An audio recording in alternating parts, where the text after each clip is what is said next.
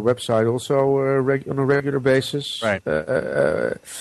Yeah, but let's not talk about that now because it's although it's very interesting, and I have a lot to say about the Mexican flu case.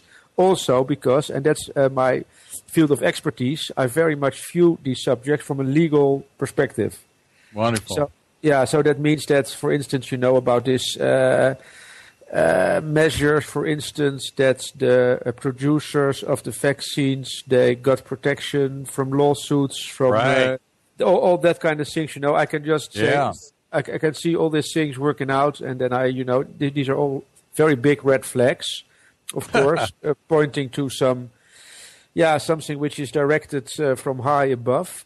And I can also tell you that in the last 3 months, I did a very big project on the Bilderberg group, which was really very interesting and, in my opinion, also extremely successful. I really think that this should be also be exposed in the United States. Wonderful. Can you brief us, or is it pretty long? I can. I mean, this is really, in my opinion, very spectacular. You can see it on YouTube. I made now already 5 video broadcasts about my research into the Bilderberg group, and the main target was that it turned out that Bilderberg has its global headquarters right in the middle of the Netherlands. Wow. Yeah, this was really spectacular. This was exposed by a very small local Dutch newspaper, which has a circulation like 40 or 50,000 copies a day. It's just very small. Yeah. And this was the more very special because, as you know, John, that also in the Netherlands there is a total media blackout on Bilderberg. I bet. This media blackout is 100% really. When you go to all the search engines of the biggest newspapers, you won't find one single article on the Bilderberg group. I mean, this is really... Well, it makes journalists like you probably hard to make a living talking about true things, the truth. That's another point, but it's the more very unbelievable because there is now on the internet, like sites YouTube or Infowars.com, there is a lot of information about Bilderberg. You know that, John, a lot of information. Right. But in the mainstream media in the Netherlands, it's a total blackout. Wow. Except for this small local newspaper, which run this article. And you can imagine that they run this article because because the headquarters of Bilderberg was in the middle of their small city. No. Yeah, it's a very small provincial city. It's called Leiden. It has like maybe 100,000 inhabitants or something like that. And right in the middle of this city is this Bilderberg headquarters. And to make the story even more Harry Potter-like, so to say, this headquarter is totally, how do you call this in English? It's just like in a very normal house. You can see anything special about this house. It's just a normal estate where a family lives. There's nothing special, no signs, no flags, nothing. But it went this far that this local newspaper only mentions the environment and the name of the street where this headquarters was located, but not the number of the street. But I have an own website, which is very well visited in the Netherlands. And I also have a lot of informants, and one informant who is really very, very well connected in the highest circles. He posts under the pseudonym of Frank Black. He gave me the right number of the street. He says, okay, you have to go to this number. And because this was a very good source who gave me already a lot of very good information, which also turned out to be true when verified, I decided to trust this source, and I went to this address, and I filmed this address, and I also rang. Of course, I rang at the door, but nobody was home. And then I had some paint with me, and I painted on the door very big "fuck Bilderberg," and and we owe no on 2 places, on the kitchen door and on the garage. And I filmed this, and I put this film on the internet. You can see it, and then I left. So that was what I did, and that was in September last year. But now it's really starting to become very interesting, because what happens? When I was in Asia, I lived for half of the year in Thailand and Cambodia and Laos.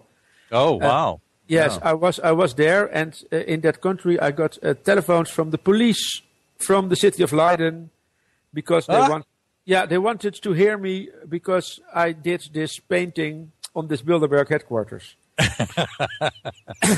And then I said, no, it's... let's extradite you for some graffiti.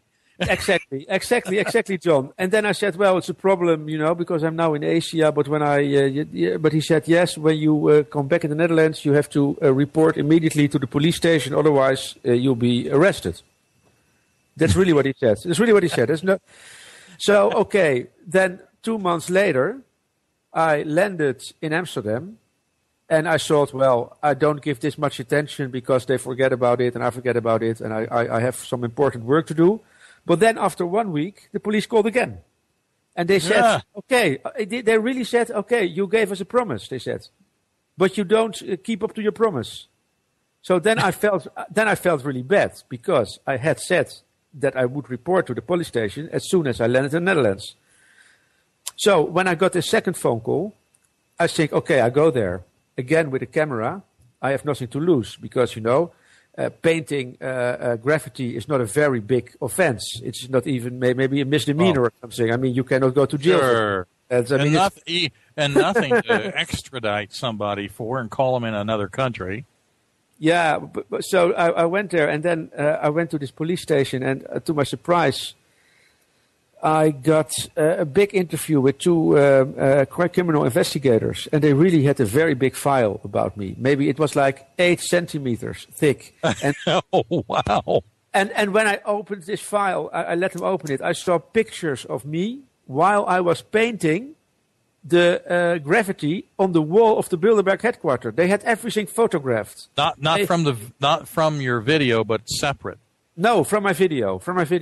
Oh, I got you. Okay. They just made all the prints from the YouTube videos. I got you. Okay. That's very funny. And they had a lot of information about me and about my professional past and everything I did. I mean, it was really very impressive how they did their research. But the funny thing was, John, they didn't know anything about Bilderberg. So I gave them like a big lecture on the New World Order.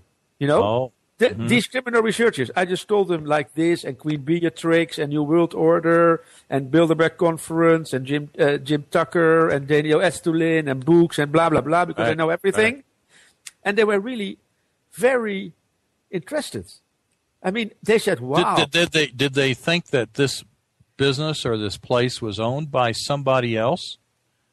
I guess they probably have somebody. They don't probably have a name on there saying this is owned by the Bilderbergers. In the records, they probably have somebody's name on it.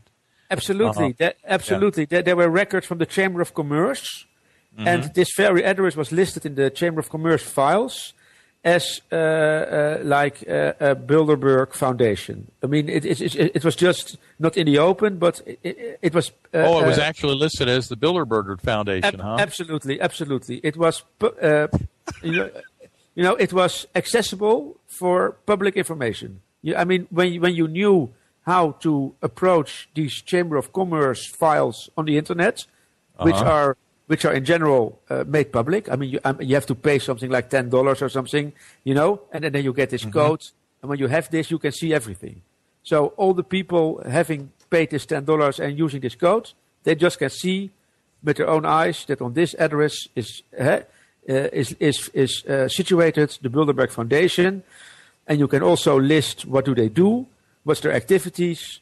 And as their activities was listed like organizing fairs, exhibitions, and barbecues. Really? I mean, that was their activity they gave themselves. Eh? That is how they described themselves. Interesting. Did you go ahead? Continue. Yeah, so I told all those people all those details, and they were very interested, and I even had the impression that they supported me. So we